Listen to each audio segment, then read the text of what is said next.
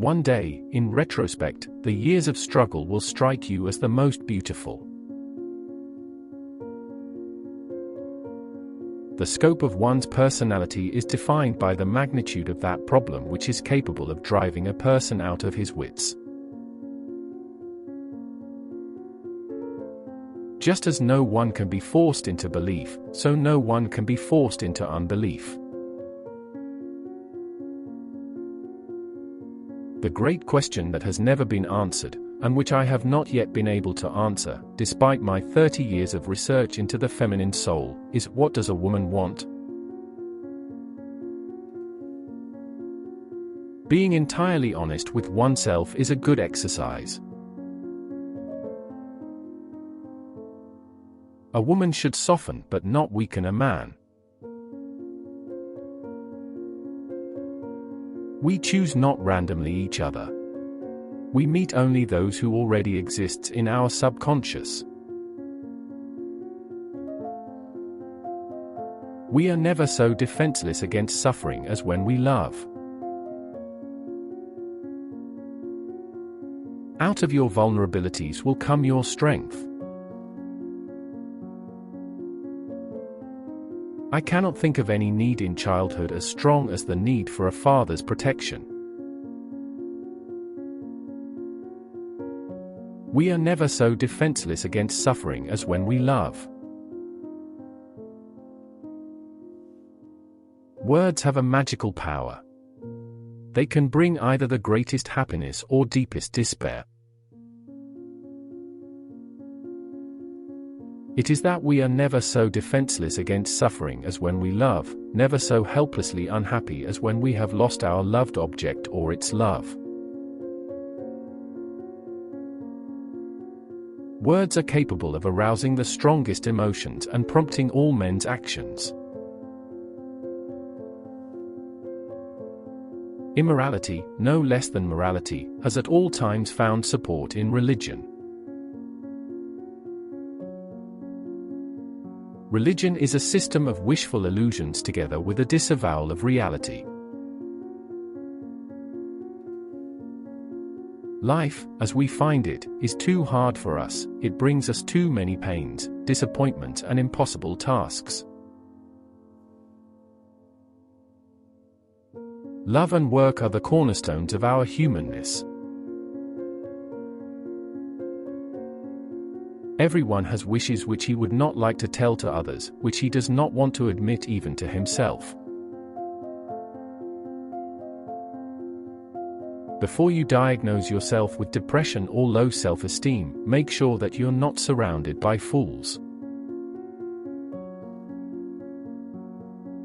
Unexpressed emotions will never die.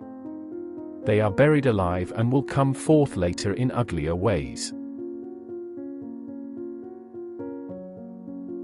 Neurotics complain of their illness, but they make the most of it, and when it comes to taking it away from them they will defend it like a lioness her young.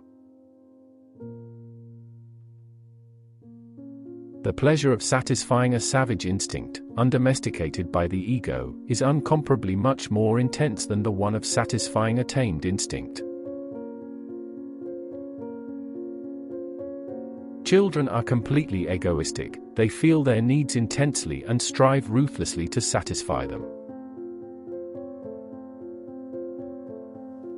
The virtuous man contents himself with dreaming that which the wicked man does in actual life.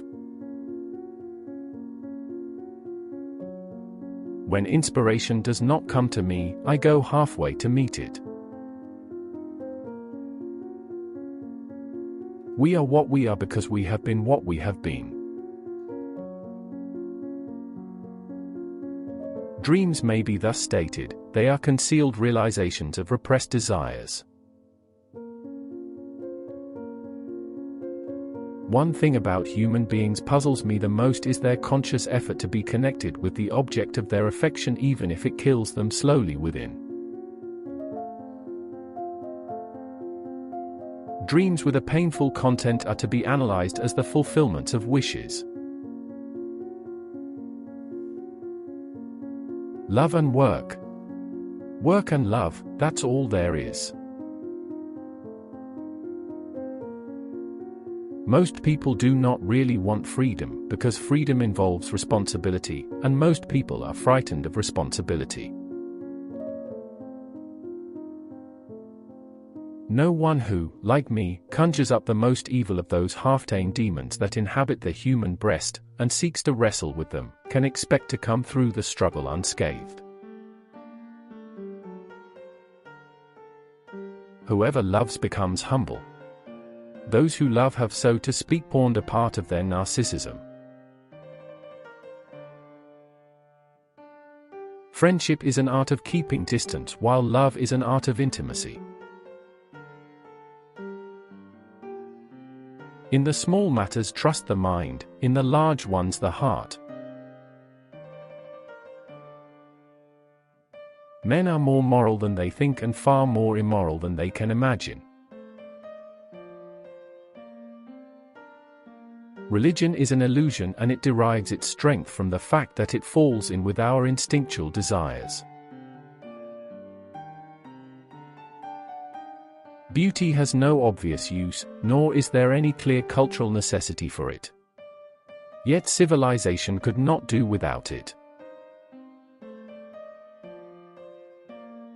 I have found little that is good about human beings on the whole. The madman is a dreamer awake. The interpretation of dreams is the royal road to a knowledge of the unconscious activities of the mind. Limited sex leads to increasing the value of sex. A civilization which leaves so large a number of its participants unsatisfied and drives them into revolt neither has nor deserves the prospect of a lasting existence. The mind is like an iceberg, it floats with 1/7 of its bulk above water. Neurosis is the inability to tolerate ambiguity. The doctor should be opaque to his patients and, like a mirror, should show them nothing but what is shown to him. The voice of the intellect is a soft one, but it does not rest until it has gained a hearing. The first human who hurled an insult instead of a stone was the founder of civilization. Dreams are often most profound when they seem the most crazy.